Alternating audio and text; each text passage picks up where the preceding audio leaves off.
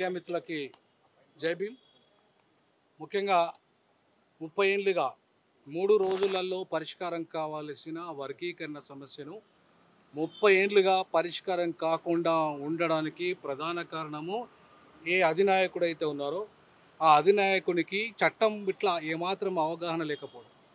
ఒక లా ప్రొఫెసర్గా నేను చెప్తున్నాను, ఒక డీన్గా ఫార్మర్ డీన్గా చెప్తున్నాను, నాయకుడికి రాజ్యాంగం పట్ల కానీ రాజ్యాంగంలో ఉన్న చట్టాల పట్ల కానీ అవగాహన లేని కారణంగా, అట్లాగే ఈ అగ్రవర్ణ పార్టీలు ఏవైతే ఉన్నాయో అవేవి కూడా దళితులను కలిసి ఉంచకుండా వర్గీకరణను 341తో సంబంధం లేని ఈ వర్గీకరణ ఏదైతే చట్టం రావాలో 341తో పార్లమెంట్లో చట్టం వస్తుంది, పార్లమెంట్లో చట్టం వస్తుందని చెప్పి 30 ఏళ్ళ నుంచి ఇవాళ ఈ దళితులను మోసం చేసిన విధానం ఏదైతే ఉందో అది సరి అయింది కాదు.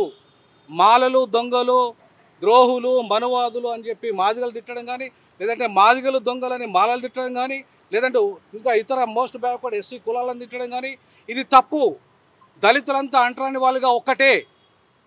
ఆయన రాష్ట్రపతి నుండి మొదలుకున్న ఆయనకు అంటరానితనమే ఉంది. రామ్నాథ్ కోవింద్కు ట్రైబల్ అయిన ఆదివాసీ బిడ్డ ముర్ము గారికి కూడా అంటరానితనం ఉంది, ఎదుర్కొన్నది. ఇవాళ ప్రొఫెసర్ వినోద్ కుమార్ కూడా అంటరానితనాన్ని ఉస్మానియా యూనివర్సిటీలో పక్కాగా ఎదుర్కొన్నాడు. నేనే కాదు, దేశంలో ఉన్న మొత్తం దళితులు 45 కోట్ల మంది దళితులు ఈ అంటరానితనం కారణంగా వివక్షతను అడుగడుగున ఎదుర్కొన్నారు. మరి ఇవాళ వేరు వేరే ఎట్లా అంటాం మనం? కులాలుగా వారిగా ఎవరైనా వేరే కావచ్చు, బట్ అంటరాని వాళ్ళుగా ఒకటే. అందుకే 341తో సంబంధం లేకుండా 371D అనే ఒక ఆర్టికల్ భారత రాజ్యాంగంలో 1970లోనే వచ్చింది. అది 73 నుండి అమలు అవుతున్నది. అది ఆంధ్ర, తెలంగాణ, రాయలసీమ అనే ప్రాంతాలకి 3 ప్రాంతాలకి న్యాయం జరగాలని, విద్యా ఉద్యోగ రంగంలో న్యాయం జరగాలని అప్పుడు ఆంధ్ర దోపిడీకి వ్యతిరేకంగా వచ్చింది. అది దాంట్లోనే ఇవాళ దళితులను కూడా ఆంధ్ర దళితుల దోపిడీ చేశారు. మాలలైనా, మాదిగలైనా, లేదంటే మోస్ట్ బ్యాక్వర్డ్ ఎస్సీ కులాలైనా, 57 ఎస్సీ కులాలైనా దోపిడీ చేసింది ఆంధ్ర వాళ్ళే, తెలంగాణ వాళ్ళు కాదు. తెలంగాణ వాళ్ళు ఈనాటికి కూడా ఒక్కరు ఐఏఎస్ లేరు, ఐపీఎస్ లేరు, డైరెక్ట్ ఐపీఎస్ లేరు. మాలలో లేరు, నా మాదిగా లేరు, ఉపకులాలు అయితే అసలే లేరు, మోస్ట్ బ్యాక్వర్డ్ కులాలు అయితే. అట్లాంటప్పుడు ఎవరిని దోపిడీ చేసినట్టు? దోపిడీ చేసింది పాలకులు, దోపిడీ చేసింది ఉమ్మడి ఆంధ్రప్రదేశ్ పాలకులు, రెడ్లు, ఇప్పుడు వెలమ అండ్ రెడ్లు. అంతేగాని దోపిడీ చేసింది మాలలు కాదు. ఇది తప్పుడు విధానాలు, తప్పుడు ఉద్యమాలు చేసుకుంటా దళిత సమాజాన్ని తప్పుదారిలో పట్టించుకుంటా ఎవరైతే నాయకుడు ఉన్నాడో ఇప్పటిదాకా ఈ సమస్యకు పరిష్కారం లభించేటట్టుగా జరగలేదు. ఈ 5 పేజీలలో సమగ్రంగా కేవలం 3 రోజులలో సమస్య పరిష్కారం అవుతుంది. దానికి పార్లమెంటుతో కానీ, దానికి రాజ్యసభతో కానీ, దానికి స్పెషల్ మెజార్టీ రాష్ట్ర అసెంబ్లీ తీర్మానంతో కానీ పని లేదు. కేవలం క్యాబినెట్ కూర్చొని, ముఖ్యమంత్రి అండ్ క్యాబినెట్ కూర్చొని ఒక డిసిషన్ తీసుకొని 371Dలో వర్గీకరణ సమస్యను పెట్టి పరిష్కరించవచ్చు. దాన్ని ప్రధానమంత్రి క్యాబినెట్ సమావేశం ఏర్పాటు చేసి దాన్ని రాష్ట్రపతికి పంపితే రాష్ట్రపతి అమెండ్ చేసి 371D అమెండ్ చేస్తే 3 రోజుల్లో పరిష్కారం అయ్యే సమస్య ఇది. ఎవరికి అన్యాయం జరగదు. జనాభా దామర్శ పద్ధతిలో జిల్లా యూనిట్ చేసుకొని ఎవరి జనాభా ఎంతో వారికంత వాటా వస్తుంది. నేను చెప్పిన దాని ప్రకారంగా. నేను ఇచ్చిన దాని ప్రకారంగా ఇక్కడ స్పష్టంగా చెప్పిన షెడ్యూల్ కులాల ఉపవర్గీకరణకు శాస్త్రీయమైన పరిష్కారము మరియు దళితుల సమగ్ర అభివృద్ధికి 10 సూచనలు. అంటే ఖాళీ వర్గీకరణతోనే మా జీవితాలు మారాయి. మాకు బడ్జెట్లో వాటా, మాకు పరిశ్రమలో వాటా, మాకు ఇండస్ట్రీలో వాటా, మాకు కాంట్రాక్ట్లో వాటా, మాకు భూమిలో వాటా, అధికారంలో వాటా దక్కినప్పుడే మా జీవితాలు మారుతాయి. అట్లా మారకుండా మేము కొట్లాడుకుంటూ ఉండి అధికారానికి దూరం అయ్యే ఏ కుట్ర అయితే జరుగుతుందో ఆ కుట్రలను ఛేదించాల్సిన అవసరం ఉంది. ఆ దిశగా ఇవాళ మాలా మాదిగా ఉపకులాలను కలిసి మేము ఒక్కరం రాలే. డాక్టర్ గోపీనాథ్ ఆయన మాల, ఆయనకు జ్వరం బాగా రచ్చి రాలేదు. మన తమ్ముడు బైరి వెంకటేష్ 57 కులాల వ్యవస్థాపకుడు, వెనుకబడ్డ మోస్ట్ బ్యాక్వర్డ్ ఎస్సీ కులాల వ్యవస్థాపకుడు బైరి వెంకటేష్, టీచరు, ఆయన డాక్టరు, ఆయన టాప్ మోస్ట్ డాక్టర్, ఆయన గుండె డాక్టరు. నేను ప్రొఫెసర్ డాక్టర్ గాలి వినోద్ కుమార్, అంటే మాదిగా. తమ్ముడు ఉపకులం, ఆయన మాల. మేమంతా కూడా మాలా మాదిగా ఉపకులాలను కలిసి వచ్చి ఈ సమస్యను ఉమ్మడిగా పరిష్కరించడానికి వచ్చాం. తప్పకుండా ఆ దిశగా షమీమ్ అఖ్తర్ గారు, జస్టిస్ షమీమ్ అఖ్తర్ గారు ఖచ్చితంగా శాస్త్రీయంగా ఎవరికి అన్యాయం జరగని రీతిలో ఈ సమస్యను పరిష్కరించి మా మధ్యలో అంతరాలు లేకుండా చూడాల్సిన బాధ్యత గౌరవ జస్టిస్ షమీమ్ అఖ్తర్ గారి మీద ఉంది. అట్లాగే రాష్ట్ర ప్రభుత్వం మీద ఉంది. తక్షణమే వారు ముఖ్యమంత్రి గారు గౌరవ రేవంత్ రెడ్డి గారు ఈ సమస్యను పరిష్కరించాల్సిందిగా మా అందరి తరఫున 57 కులాల తరఫున మరియు ఎస్సీ మాదిగల తరఫున నేను విజ్ఞప్తి చేస్తా ఉన్నాను. ఎస్సీ వర్గీకరణ ఒక శాస్త్రీయ పద్ధతిలో జరగాలని, దానికి ఆ సమస్యకు ఒక శాశ్వత పరిష్కారం చూపాలని చెప్పేసి ఈరోజు ఎస్సీ వర్గీకరణపై నియమించినటువంటి షమీమ్ అఖ్తర్ కమిషన్ గారిని కలవడం జరిగింది. ఇది ఇవాళ గతంలో ఇవాళైతే కొంతమంది డిమాండ్ చేస్తున్నారో మా జనాభా ఎక్కున్నది కాబట్టి మాకు ఇంత 12% కావాలి, మాకు 10% కావాలని చెప్పేసి మాట్లాడుతున్న వ్యక్తులు ఎవరైతే ఉన్నారో ఈరోజు ఫలితాలకు దూరంగా ఉండి ఇలా దళితులకు అందేటువంటి అన్ని అవకాశాలు కోల్పోయినటువంటి ఈ మోస్ట్ బ్యాక్వర్డ్ షెడ్యూల్డ్ కులాలు అయితే 57 కులాలు ఏవైతే ఉన్నాయో వాళ్ళందరికీ కూడా సామాజిక న్యాయం జరిగే విధంగా ఇలా మాలకు కానీ మాదిగకు కానీ మిగతా 57 కులాలందరికీ కూడా ఎవరికి కూడా అన్యాయం జరగకుండా ఒక శాస్త్రీయ పద్ధతిలో జరగాలని చెప్పేసి మేము ఈరోజు వారిని ఇలా సూచించడం జరిగింది. ముఖ్యంగా మన గాలి వినోద్ కుమార్ గారు చెప్పినట్టుగా ఇక్కడ ఇలా అన్ని కులాలు ఏవైతే ఉన్నాయో జనాభా దామాష ప్రకారం కాకుండా జనాభా దామాషతో పాటు వాళ్ళ యొక్క ఇప్పటి వరకు వాళ్ళు అన్ని రకాల ఫలాలు అనుభవించినటువంటి యాక్సెసిబిలిటీ ఏదైతే ఉందో, అంటే ఇప్పటి వరకు ఏ రంగాల్లో ఈ కులాలకు అందినాయి, ఎవరికి అందలేదు, అందకపోతే వారికి ఎంత శాతం ఇవ్వాలి, ఇది నిర్ణయం చేసే విధంగా సామాజికంగా. ఒక్క నిమిషం తమ్ముడు మధ్యలో ఇంటర్ప్రిట్ అవుతాను. 10% మోస్ట్ బ్యాక్వర్డ్ కులాలు, అంటే ఇప్పటిదాకా ఈ కులాలు ఉన్నాయి కదా 57%, ఈవెన్ మాదిగలు కూడా ఎవరైతే అందలేదో మొత్తం 59 కులాలకు అందని వాళ్ళకి 10% ఇవ్వాలి, తీసుకున్న లబ్ధి పొందిన వాళ్ళకి 5% మాత్రమే ఇవ్వాలి. ఇది మా ప్రతిపాదన ఇక్కడ. అంటే ఇప్పటిదాకా ఏ మాత్రం రిజర్వేషన్లు పొందని వాళ్ళు ఉన్నారు 59 కులాలలో, వాళ్ళకు 10%, అస్సలే అందని వాళ్ళకు 5%. ఇది ఇవాళ ఇవ్వమని చెప్పేసి దీంట్లో ప్రతిపాదించాము. తమ్ముడు కంటిన్యూ. ఇదే ఈ రకంగా అంటే ఇప్పటి వరకు పొందని కులాలకు అధిక రిజర్వేషన్లు ఇవ్వాలనేటువంటి మా యొక్క ప్రతిపాదన. ఇలా జనాభా ఇంతున్నది అంతున్నదంటే మరి లేనోళ్ళు ఎటు పోవాలి? అట్ట కాదు. ఇవాళ ఎంత జనాభా ఉన్నది అనేటువంటిది ఇవాళ మీరు 2011 లెక్కలు తీసుకుంటామని అంటున్నారు. ఇవాళ తెలంగాణ రాష్ట్రం ఏర్పడ్డది 2011 లెక్కలు గత ఉమ్మడి రాష్ట్రంలో చేసినాయి. ఇప్పుడు కొత్తగా ఇవాళ రాష్ట్ర ప్రభుత్వం ప్రతిష్టాత్మకంగా ఒక కులగణన సర్వే చేసింది. ఆ సర్వే రిపోర్ట్ని తీసుకొని ఆ సర్వేకి ఒక చట్టబద్ధత కల్పించి వాళ్ళు ఇప్పటి వరకు ఏ రంగాల్లో అన్ని కులాలు బ్యాక్వర్డ్నెస్ అయినాయి, ఎన్ని కులాల వాళ్ళ శాతం ప్రపోజల్ ఎంత ఉన్నది అనేటువంటిది పరిగణలోకి తీసుకొని ఇలా ఈ అత్యంత వెనుకబడ్డటువంటి 57 కులాలకు ఇప్పుడున్న 15%లోనే అత్యధికంగా 7% రిజర్వేషన్లు ఇవ్వాలని చెప్పేసి మేము ఇలా కమిషన్ గారికి, అదేవిధంగా మాలలకు అన్యాయం జరగద్దు, మాదిగలకు కూడా అన్యాయం జరగకుండా ఈ సమస్యకు శాశ్వతంగా పరిష్కారం చూపించే విధంగా కమిషన్ రిపోర్ట్ ఇస్తుందని ఆశిస్తున్నాం. దీన్ని ఈ ఒక వర్గీకరణతోనే కాకుండా ఇలా దళితులకు అందవలసినటువంటి అన్ని వాటాలు ఇలా గౌరవ ముఖ్యమంత్రి గారు ఇలా కార్పొరేషన్లు ఏర్పాటు చేస్తామన్నారు. ఇలా అందులో మా వాటా ఇంత, ఇలా వెనుకబడ్డటువంటి వాళ్ళకు సంక్షేమ ఫలాలు ఏవి అంత లేవు. దానికోసం అవి ఫుల్ఫిల్ చేయాలంటే ఖచ్చితంగా కార్పొరేషన్ ఏర్పాటు చేయాలి. వాళ్ళు మేనిఫెస్టోలో కూడా పెట్టడం జరిగింది. 57 కులాలకు సపరేట్ కార్పొరేషన్ ఏర్పాటు చేస్తామన్నారు.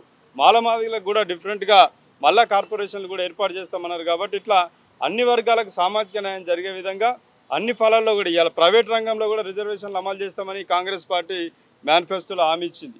వీటన్నిటిని కూడా ఫుల్ఫిల్ చేసే విధంగా ఇలా సామాజిక న్యాయంతో పాటు వర్గీకరణ అంశం మా అభివృద్ధి గురించి కూడా అన్ని రకాల సూచనలు కమిషన్కి ఇవ్వడం జరిగింది.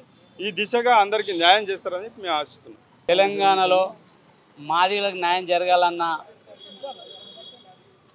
మా ఏబిసిడి వర్గీకరణ ఏకైక మార్గం అని సందర్భంగా మేము గుర్తు చేస్తున్నాం. నిజంగా మాదిగ ఉపకులాలకు న్యాయం జరగాలంటే వర్గీకరణ జరిగితేనే మాదిగ ఉపకులాలకు న్యాయం జరుగుతుందని గత 30 సంవత్సరాలుగా ఎంఆర్పిఎస్ ఉద్యమం నడుపుతున్నాం. అందులో భాగంగానే ఈరోజు ఏకసభ్య కమిషన్ చైర్మన్ గారిని కలవడం జరిగింది. మా మాదిగల న్యాయమైన డిమాండ్ విషయంలో వర్గీకరణపై ఒక స్పష్టమైన వైఖరి మా సంఘం నుంచి తెలపడం జరిగింది. మాది ఉపకులాలు తెలంగాణలో మాదిగలే ఎక్కువ శాతం ఉన్నారు కాబట్టి మాకు సపరేట్ మాదిగలకే ఒక సపరేట్ కార్పొరేషన్ ఏర్పాటు చేసి మాదిగలను సపరేట్గా విభజించాలని కూడా మేము చైర్మన్ గారిని జరగడం. మాకన్నా కింది కులాలు డక్కలి, చిందు, మాస్టి, బేడే, బుడగ, జంగల్ అంటే చాలా ఈ ఉపకులాల్లో 59 కులాలు ఉన్నాయి. ఫస్ట్ వాళ్ళకు మొదటి ప్రాధాన్యత ఇవ్వాలని కూడా మేము కోరడం జరిగింది. మాకు 10% తెలంగాణలో మా జనాభా ఎంతుందో మాకంతా వాటా ఇవ్వాలనేది కూడా మేము కోరడం జరిగింది. దానికి సానుకూలంగా కూడా స్పందించడం జరిగింది. ఇకపోతే తెలంగాణ రాష్ట్రంలో కాంగ్రెస్ ప్రభుత్వం ఉన్నది కాబట్టి సుప్రీంకోర్టు తీర్పును ఏదైతే గౌరవించి నేను ఖచ్చితంగా వర్గీకరణ అమలు చేస్తానని నిండు అసెంబ్లీ సభలో రేవంత్ రెడ్డి గారు మాట్లాడడం జరిగింది, గౌరవ ముఖ్యమంత్రి గారు. దాన్ని మేము స్వాగతిస్తున్నాం, హర్షిస్తున్నాం. నిజంగా మాదిగలపై ఏమాత్రం చిత్తశుద్ధి ప్రేమ ఉంటే తక్షణమే ఒక జీవో తీసి ఫిబ్రవరి 1 వీక్నే వర్గీకరణ చేయాలనేది కూడా మేము రేవంత్ రెడ్డి ప్రభుత్వం డిమాండ్ చేస్తున్నాం. మందకృష్ణ మాదిగకు రేవంత్ రెడ్డికి వ్యక్తిగతంగా కోపం ఉండొచ్చు, ఎందుకంటే సహజంగా ఉంటాయి. మొన్నటి వరకు కూడా వర్గీకరణ విషయంలో మందకృష్ణ మడి తిరిగిండు, మీటింగ్లో పాల్గొన్నాడు, న్యాయమైన డిమాండ్ అన్నాడు. ఇవాళ ఆయన బీజేపీ వైపు పోవడం వల్ల ఆయన కోపం ఉండొచ్చు సహజంగా. ఇది మందకృష్ణ రేవంత్ రెడ్డి పంచాయతీ కాదు, ఈ రాష్ట్రంలో ఉన్న మొత్తం మాదిగల సమస్య కాబట్టి దాన్ని గుర్తించాలని కూడా మేము రేవంత్ రెడ్డి గారికి విజ్ఞప్తి చేస్తున్నాం. మాకు వర్గీకరణ జరుగుతుంది న్యాయమైతే అనే విషయం తమరికి కూడా తెలుసు కాబట్టి దాన్ని మీరు ఆ కోపాన్ని మీరు ఇంటర్నల్గా వ్యక్తిగతంగా ఉంచుకోండి. మాదిగ జాతి పట్ల నిజంగా మీకు సానుకూలంగా ఉంటే, మాదిగ జాతి పట్ల ఏమాత్రం ప్రేమ ఉంటే తక్షణం మీరు అమలు చేస్తారు. ఖచ్చితంగా మీరు మాట తప్పారనుకుంటే మీరు మాట్లాడిన మాటలు నిండు సభలో ఏదైతే మాట్లాడినో దానికి అనుకూలంగా ఖచ్చితంగా మీరు వర్గీకరణ చేయాలని కూడా ఈ రాష్ట్ర ప్రభుత్వంపై మేము డిమాండ్ చేస్తున్నాం. ఇకపోతే ఈ మధ్యకాలంలో సుప్రీంకోర్టు తీర్పు ఇచ్చింది. దానికి మందకృష్ణ లాంటి వాళ్ళు కూడా ఈ తీర్పు మొత్తం నేనే చేసిన, మొత్తం నేనే నా వల్లనే వచ్చిందని చెప్పడం జరిగింది. బీజేపీ వైపు మాదిగ జాతిని మళ్లించే ప్రయత్నం కృష్ణ మాదిగ లాంటి వాళ్ళు చేస్తున్నారు. మాదిగ సమాజాన్ని కూడా మేము విజ్ఞప్తి చేస్తున్నాం, మేము ఆలోచిస్తున్నాం. బీజేపీ ప్రభుత్వము వర్గీకరణ జరగాలంటే పార్లమెంట్లో చట్టం చేస్తే వర్గీకరణ జరుగుతుందని ఇక్కడ పార్లమెంట్లో అప్పుడు సుప్రీంకోర్టు కొట్టేయడం జరిగింది. కానీ మరి పార్లమెంట్లో చట్టం చేయలే. నిజంగా బీజేపీ ప్రభుత్వంకు మాదిగలపై వర్గీకరణపై ప్రేమ ఉంటే చట్టం చేయొచ్చు కదా. అట్లని ఎన్నో బిల్లులు చేసుకోలే, నోట్ల రద్దు కావచ్చు, రామ మందిర నిర్మాణం కావచ్చు, జమ్మూ కాశ్మీర్ లాంటి కావచ్చు, తెలంగాణ కావచ్చు, ఎన్నో సమస్యలను పార్లమెంట్లో బిల్లు పెట్టి చట్టం చేసి వర్గీకరణ అది పార్లమెంట్లో బిల్లు పెట్టి వాళ్ళ అమలు చేసుకున్నారు. మరి చిన్న అన్నదమ్ముల మధ్య ఉన్న పంచాయతీని పార్లమెంట్లో ఎందుకు బిల్లు పెట్టలే? బీజేపీ నిజంగా మాదిగలపై ప్రేమ ఉంటే బిల్లు పెట్టాలి కదా. మరి బిల్లు పెట్టలే. మరి బిల్లు పెట్టుకొని సుప్రీంకోర్టు ఇచ్చిందని నిజంగా నేను చేసుకొచ్చినా అని అంటే ఇది ఎక్కడ అర్థం? మరి సుప్రీంకోర్టును కూడా కేంద్ర ప్రభుత్వం ప్రభావితం చేస్తుందా? మరి చెప్పాలి మందకృష్ణ లాంటి వాళ్ళు, కిషన్ రెడ్డి అన్న లాంటి వాళ్ళు, బీజేపీ నాయకులు చెప్పాలి. నిజంగా చిత్తశుద్ధి ఉందనుకో, కేంద్ర ప్రభుత్వము నిజంగా వర్గీకరణ మీద ప్రేమ ఉంటే, బీజేపీ పార్టీకి ప్రేమ ఉంటే ఒక ఆర్డినెన్స్ తీసి ఈ విధంగా మీరు అమలు చేయాలని చెప్పాలి. అట్లా వేరే సమస్యల పట్ల ఎన్నో చాలా సమస్యల పట్ల ఇట్లా ఆర్డినెన్స్ ఇచ్చి గైడ్లైన్స్ ఇస్తుంది రాష్ట్ర ప్రభుత్వానికి. మరి నిజంగా మాదిగలపై ప్రేమ ఉన్నప్పుడు మరి కేంద్ర ప్రభుత్వం ఒక జీవో తీసి ఈ పైపు ఆర్డర్ ఇచ్చి గైడ్లైన్స్ చెప్పట్లేదు. మళ్ళీ దీన్ని వర్గీకరణ ఏం చెప్తాను అంటాడు. నిజంగా మీరు వర్గీకరణ చేయాలన్నప్పుడు పార్లమెంట్లో బిల్లు పెట్టకుండా మళ్ళీ మాదిగ సమాజాన్ని బీజేపీ వైపు మళ్లించడం కోసమే మందకృష్ణ లాంటి వాళ్ళు పనిచేస్తున్నారు. కాబట్టి మాది ఉపకులాలు గమనించాలి. పార్లమెంట్లో నిజంగా బీజేపీ ప్రభుత్వం పెడితే నిజంగా బీజేపీ పార్టీ చేసిందని మనం భావిస్తాం. సుప్రీంకోర్టు ద్వారా ఇలా తీర్పు వచ్చింది కాబట్టి దాన్ని సంకల్కు తానా అంటే తందానని మాట్లాడుతారు. కాబట్టి అది ఆ సుప్రీంకోర్టుని గౌరవించి ఈ ప్రభుత్వం కూడా ఇక్కడ చేయాలని డిమాండ్ చేస్తున్నాము. ఈ వర్గీకరణ విషయంలో ఎంతోమంది త్యాగాలు చేశారు, ఎంతోమంది అసెంబ్లీకి నుంచి రాష్ట్రాలకు చాలామంది చేశారు. కాబట్టి ఈ న్యాయమైన డిమాండ్ పట్ల ఈ రాష్ట్ర ప్రభుత్వం తక్షణం వర్గీకరణ చేసి ఫిబ్రవరి 1 వీక్నే వర్గీకరణ అమలు చేయాలని రాష్ట్ర ప్రభుత్వమే డిమాండ్ చేస్తున్నారు. జై మీబీ జై మాదిగ.